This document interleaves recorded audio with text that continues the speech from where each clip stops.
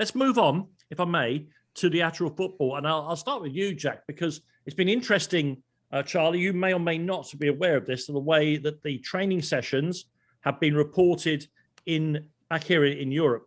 Because, Jack, what it's basically been is that here we have these high temperatures, monstrous double sessions, and people have really gloated almost about the sight of Harry Kane puking and Son having to be lifted up off the ground after, running up and down the pitch 140 times. Yeah, it has got. I'd be interested to hear from Charlie what it was actually like. Sat there watching it. I don't imagine it was much fun to do. I mean, I did a much smaller number of shuttle runs yesterday in Peckham Roy Park at the behest of my personal trainer. And it was pretty hot then. And, I hadn't just done a 2-hour training session and the runs were shorter. And I did them a lot slower than professional footballers. And I thought I was going to do a Harry Kane and collapse and vomit afterwards. So it can't have been much fun doing 42 of them after a training session in the humidity at high speed in Korea. So I have hats off to the Tottenham players that did it.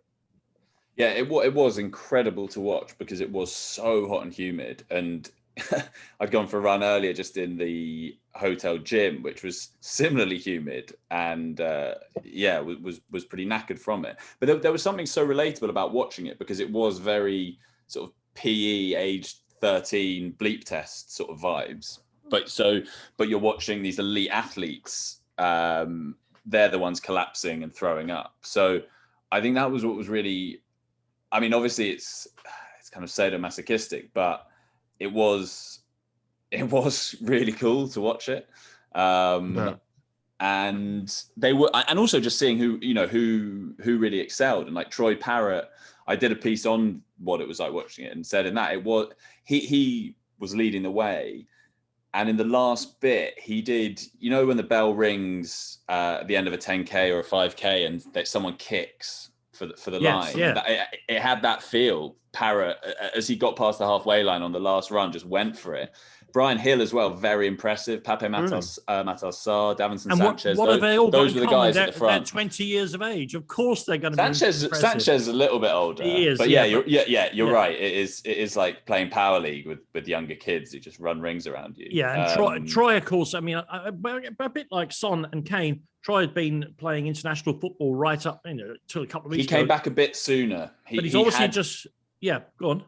But no, because I thought the same thing. He'd come back a bit sooner, so he had a few days on them. Because it was interesting just seeing how much of a difference that week made. Because Kane and Son, as has been well documented, were knackered, and they're competing with guys who just were more acclimatized. But it was cool to see Troy doing it. And we'd spoken to him earlier in the day, and he talked about how he was quite a natural runner, and he definitely made good on that. But he's also worked very hard. I think the interesting thing to me about the fitness that Tottenham are doing at the moment is that, and like I'd be interested to hear the thoughts on this from people who actually know what they're talking about. But it appears to me, Charlie and me, is that 5-time marathon runner. The approach to football fitness in pre-season has basically gone full circle, in the sense that the kind of the old, in the good old days, 20 plus years ago, teams in pre-season would basically just do running, I think.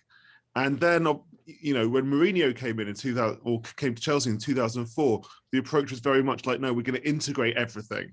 So from day one of preseason, periodization. Exactly, we're going to be training with the ball. It's not just going to be a case of doing laps. And suddenly, people who, like managers who focused on fitness without football stuff, were seen as dinosaurs at this point. Whereas now in 2022. I think the managers who get their teams the fittest, by which I basically mean Conte and Pochettino. I don't actually know enough. I don't know enough about Klopp's methods, but I would imagine that this is the case with him as well. But I do know enough about Pochettino and Conte's methods to say that with them, they do a lot of non-football running. It's not just laps of the pitch like you do at school, but non-football running is a big part of their pre-season in terms of building up that fitness. So really the debate has kind of come full circle. And the thing that, Tottenham, I know that internally at Tottenham, there was this big sense that we used to be so fit under Pochettino. We were the fittest team in the Premier League. And then Pochettino went, Jose came in, the fitness stats collapsed basically. and the way they're getting there, and I know that Conte and Pochettino's approach isn't exactly the same, but it does mirror the Pochettino approach for Tottenham to be going back to this like very, very intense, like hard running focus in pre-season to get those fitness levels back up again. I'm no sports scientist. It just looks terribly. I mean, I guess their bodies are being prepared to recover from that kind of training very, very quickly. You said you've run half a dozen marathons, Charlie. It takes you, I presume, a fortnight to recover from them. These kind of training sessions, I don't know. I presume they are getting very, very fit without me knowing it. But that's actually quite a good parallel because they did the marathons themselves do, but your training, on one of them I work with a coach, and you do it in such a way that, after a big session or that you then have a recovery the next day, and a lot of marathon training, if you're going for times, is about sprints. It's not about just doing distance, and that's talking at fairly basic level. I'm talking like sub 3, 2 hours 50 marathon level, which is quick, but it's not elite. But they are gonna, all of that is going to be, all of what they're doing is going to be very, very carefully mapped out. And Conte's not perfect, and there might be some players for whom that is too much and there is a risk of injury.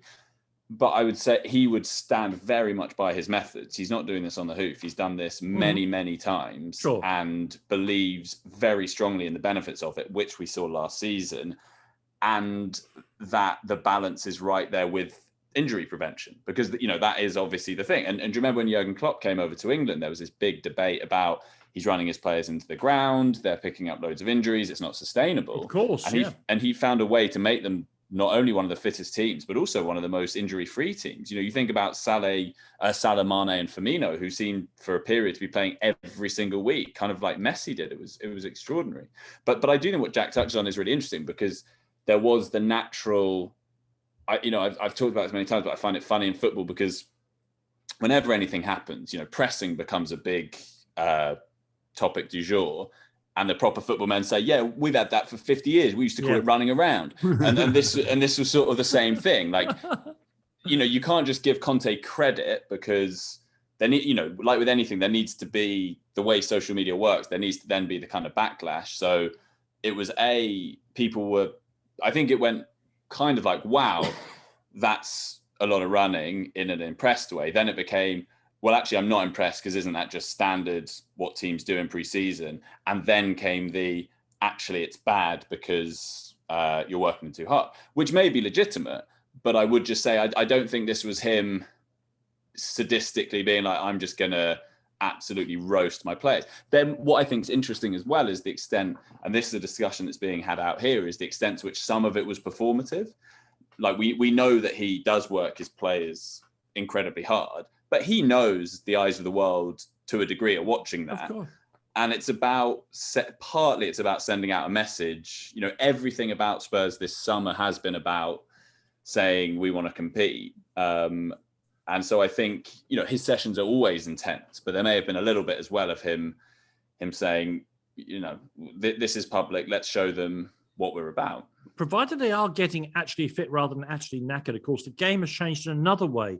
And that is, in the past, when teams used to lose 6, 7, 8, 9 games and still finish in the top 4, top 3, or whatever they wanted to do, clubs used to say, well, you play yourself into fitness. You get them half fit at the start of the season, and then they play the games and they run themselves into fitness. But since Mourinho really came to England and cut the margin that you can afford to drop points by in order to finish high up, teams are running up 2 teams last season ran up 90 plus points, didn't they?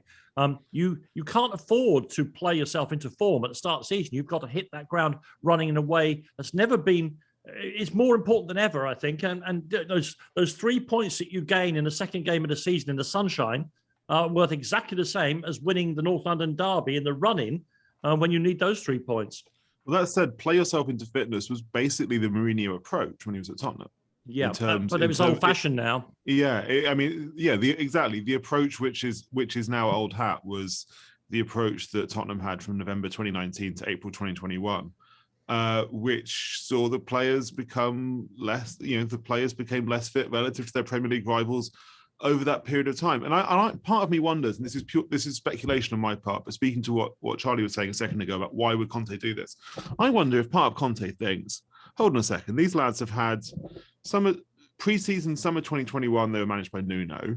Pre-season summer 2020 was a bizarre pre-season anyway because of COVID, and there was an international break in the middle of the pre-season, and the Tottenham manager at that point was Mourinho anyway. Summer 2019 was when they, was when Pochettino was still there, and they were obviously, basically in free fall after the losing the Champions League final. And so part of me wonders whether Conte thinks these lads haven't had a proper pre-season for years. It's about time that they actually put some work in, because even last season, Conte was clearly frustrated by the fact that he didn't get to have a proper pre-season. That he took over, and then he had to prepare them for Vitesse Arnhem at home, in a few days' time. So maybe Conte thinks it's about time these players actually did some work for once, instead of just playing Fops. Instead of just doing game video session, which is basically what it's been for a while. Yeah, that's definitely a massive part of it. I mean, missing the preseason is something he's mentioned a lot, and it's clearly a big preoccupation of his. And that's actually a big reason why when people talk about, they're going to have to get used to playing 2 games a week. Yes, that's true, but at least they can do it now off the back of a preseason. Last season, they were doing it without having had a preseason with him and trying to play 2 games a week, and they really, really struggled. Kane, for example, I think in the sort of second half of last season, he looked fitter than he's been for about 3 or 4 years. Yeah, I think Dyer is looking fitter than he's been for a long time, and I think quite a lot of Spurs players, I think, will see a different form of them next season, because the fact that they will be fitter than they've been for a long time, if for the whole time at Tottenham.